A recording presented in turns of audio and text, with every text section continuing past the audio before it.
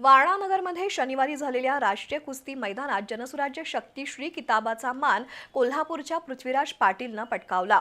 पृथ्वीराजनं हरियाणाच्या हिंदकेसरी रवींद्र कुमारला पोकळ घिसा डावावर पराभूत केलं। कुस्त्या पाहण्यासाठी हजारो शौकीनांनी उपस्थिती लावली होती। सहकार महर्षी तात्यासाहेब कोरे यांच्या स्मृतिदिनानिमित्त वारणानगरमध्ये विविध उपक्रम पार पडले।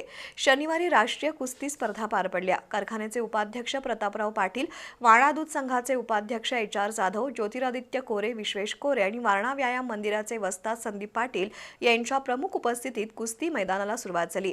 जनसुराज्य शक्ती श्री किताबाच्या कुस्तीसाठी कोल्हापूरचा महाराष्ट्र केसरी पृथ्वीराज पाटील आणि हरियाणाचा हिंद केसरी रवींद्र कुमार यांच्यात लढत झाली।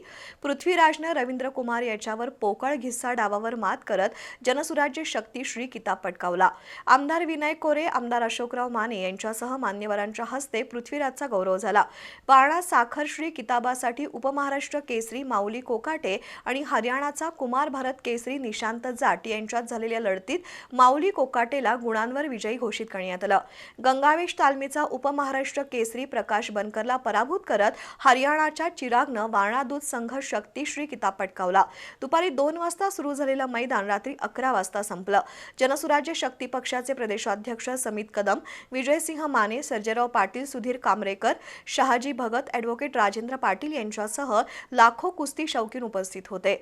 मैदानात छोट्या मोठ्या 150 चटकदार कुस्त्या पार पडल्या।